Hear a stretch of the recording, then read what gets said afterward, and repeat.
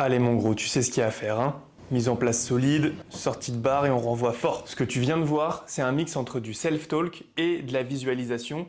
C'est ni plus ni moins que du conditionnement mental et peut-être que tu le faisais déjà sans t'en rendre compte. Ici, on parle performance et comment devenir un meilleur sportif. On va parler ensemble d'un sujet qui est souvent négligé, c'est la prépa mentale. Mais d'abord, installe-toi.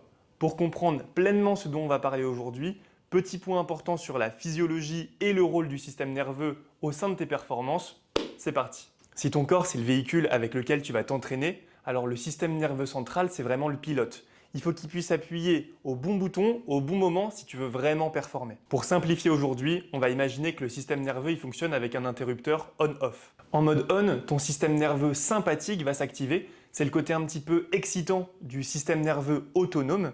Et lui, il va se charger de libérer des hormones comme l'adrénaline, il va augmenter ta tension musculaire, il va accélérer ta fréquence cardiaque. En gros, il va vraiment te rendre prêt à l'effort, surtout sur un effort type force ou explosivité. Au contraire, si on parle un petit peu du mode off, on va avoir le système nerveux parasympathique. Lui, il va te calmer, il va faire redescendre ta fréquence cardiaque, il va te faire redescendre la pression et te redonner aussi de la lucidité. C'est ce mode-là qui va te permettre de récupérer, que ce soit entre les séries ou entre les séances. Ensemble, on va voir que pour être performant, il ne faut pas être que dans le mode on. Il faut vraiment savoir gérer la balance entre le on et entre le off. Et on a plein d'outils justement qui vont nous permettre de gérer cet interrupteur et on va les voir maintenant. Pour switch on, on va voir qu'on a deux types de stimulation. D'abord, les stimulations internes, ça veut dire que ça vient de toi et tu en as le contrôle. On va commencer avec la visualisation. Je te mets à l'image ma routine quand je m'installe sur le développé couché et que j'ai besoin de visualiser l'effort. Je vais m'installer, fermer les yeux, me mettre proche de la barre, récapituler dans ma tête en m'imaginant le faire, chaque étape de mon exercice, que ce soit la mise en place, la sortie de barre, l'exécution, en essayant d'être le plus attentif possible sur le ressenti que je veux avoir pendant mon mouvement, la sensation de charge, mais toujours en m'imaginant réussir mon exercice. Deuxième outil, je vais rassembler le self-talk, qui est le fait de se parler à soi-même, avec un petit peu cet effet de hype, dans lequel je peux essayer de m'énerver un petit peu ou de me crier un petit peu dessus. Le self-talk, ça va vraiment être une phrase clé, une phrase simple, ou même un seul mot. Allez gros, que tu peux te répéter pendant la mise en place de ton mouvement ou même pendant l'exécution. De bas-bras. Par exemple, solide, rigide, où je renvoie fort, quelque chose qui fonctionne pour toi et qui va t'aider justement à performer. Ici, je parlais plutôt d'efforts de force, mais si je parle d'endurance, je peux très bien me dire quand ça devient dur, allez, pas après pas ou mètre après mètre, enfin quelque chose qui te correspond. Je le rassemble avec la hype parce que c'est un discours qui est intérieur, qui va t'aider justement à switcher un petit peu dans un état second dans lequel tu vas être motivé, énervé et prêt à faire ton effort. Pour moi, l'outil le plus important pour vraiment rentrer dans ton mouvement, c'est ce que j'appelle la mise en place ou même toute la routine de ton setup sur ton exercice. L'idée, c'est d'avoir toujours la même séquence, comme si ton mouvement il était vraiment chorégraphié, pour qu'à terme, ça se fasse vraiment de manière automatique, que tu n'aies plus du tout à réfléchir comment t'installer, comment saisir ta barre, comment te placer sur le mouvement et que tu sois toujours dans les mêmes conditions pour exécuter ton mouvement. Dans ton setup, tu peux aussi inclure un élément clé qui te permette de rentrer dans ce que j'appelle la bulle de focus. Ça peut être mettre ta ceinture, mettre de la magnésie ou autre chose, ça reste vraiment personnel. Le but, c'est de vraiment avoir quelque chose qui te permette de couper un petit peu l'extérieur pour rentrer dans ton mouvement. On a parlé des stimulations internes, on va parler des stimulations externes. Cette fois, c'est quelque chose sur lequel tu as moins de contrôle, qui va dépendre un petit peu de ton environnement. D'abord, on va parler de la musique. Alors oui, tu vas me dire que tu peux choisir ta musique, mais par exemple, si tu vas en compétition, c'est quelque chose auquel tu n'as plus accès. Donc c'est intéressant d'avoir de la musique qui te permet de rentrer un petit peu dans un mood de performance, mais il faut réussir à ne pas en être dépendant. On a parlé de la hype que tu pouvais t'infliger, entre guillemets. Maintenant, on va parler de la hype qui vient de l'extérieur. Donc que ce soit l'ambiance un petit peu qui entoure ton effort, en compétition, tes partenaires d'entraînement, le fait d'être motivé par quelqu'un ou par quelque chose. Encore une fois, ça peut être un gros plus, mais il faut savoir gérer un petit peu cette hype qui va venir de l'extérieur pour ne pas perdre le contrôle. Donc on a vu avec ces outils comment appuyer sur l'interrupteur en mode on, on va voir comment le mettre en mode off et pouvoir relâcher un petit peu.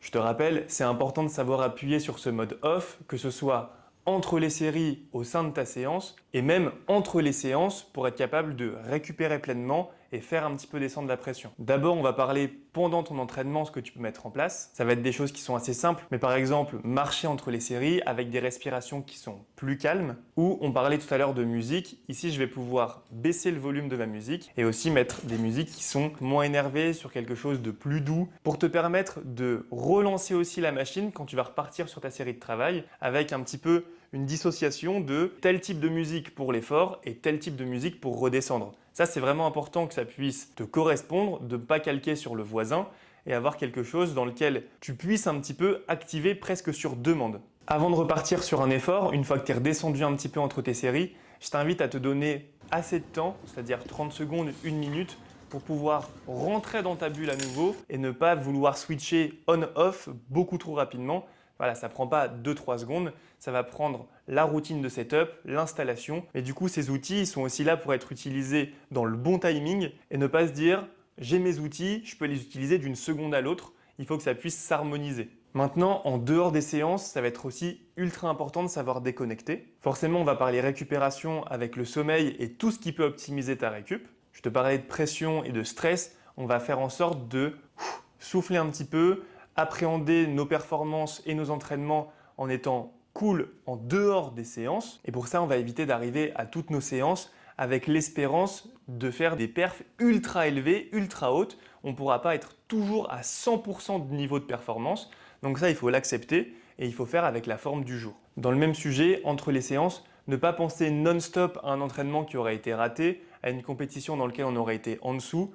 Encore une fois, le but, c'est que tu puisses vivre en harmonie entre ta vie perso et ta vie sportive. Donc ça doit rester du plaisir. L'envie de performer, c'est super si elle est là et je t'invite à la voir, mais il ne faut pas que ça devienne quelque chose de négatif. Pour ça, avoir d'autres centres d'intérêt, ça marche vraiment bien. Savoir parler d'autre chose que ton sport et ne pas te définir que par tes performances. Maintenant, tu as des outils pour switch on, tu as des outils pour switch off, mais comment est-ce que je les utilise en fonction de ma discipline et du sport que je pratique? Ce qui est super important sur les sports de force, c'est de savoir monter à 100% pour notre série de travail, redescendre d'un cran pour les temps de repos entre les séries effectives et redescendre encore d'un cran, que ce soit à l'échauffement ou entre les exercices. Donc là, c'est à toi de trouver un petit peu l'équilibre en fonction de l'importance de la séance, de l'intensité que tu vas mettre et de l'importance de l'exercice en question. Si je reviens sur les sports d'endurance, c'est impossible de rester on, donc activé, pendant 60 minutes, vraiment tu vas exploser. Donc pour ça, on va plutôt parler d'un variateur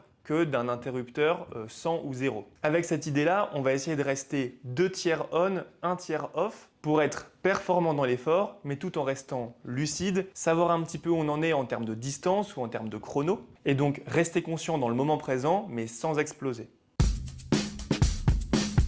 Ça va te demander donc d'utiliser un maximum ces outils de conditionnement pour pouvoir les maîtriser à 100%, gérer un petit peu sur demande cette activation on, cette activation off et pouvoir trouver cet équilibre, que ce soit entre les séances, en dehors des séances, que ce soit on-off, un mix entre les deux. Ça va vraiment être l'intelligence de situation de l'athlète, donc de toi. Tout ça pour te rappeler que tes performances, elles ne dépendent pas uniquement de ton corps, de ta prog, de ton coach, mais surtout de ta capacité à gérer ce conditionnement mental à l'effort et savoir reproduire un niveau de performance qui est élevé presque sur demande. Si tu veux aller plus loin, structurer ton entraînement, que ce soit physiquement ou mentalement, je te laisse envoyer ta candidature sur le formulaire qui est le premier lien en description et c'est moi qui te recontacterai en direct. Tu peux aussi profiter des programmes d'entraînement et alimentaire qui sont dans l'application LCS Coaching. Deuxième lien en description. Bon, je fais de l'auto-placement de produits, mais c'est exactement ce que j'attendrais en tant qu'athlète, c'est-à-dire de soit gérer juste l'aspect programmation alimentaire, soit avoir un réel accompagnement, donc je ne vais pas m'en empêcher. Pour me soutenir sans forcément prendre de coaching, tu as plein de possibilités. Tu peux utiliser le code NMC-LCS sur Nutrimuscle. Tu peux mettre un j'aime à cette vidéo, la partager, t'abonner, enfin bref, te régaler, mais aussi me donner des thèmes que tu voudrais que j'aborde sur les prochaines vidéos. C'était ton coach. Ciao!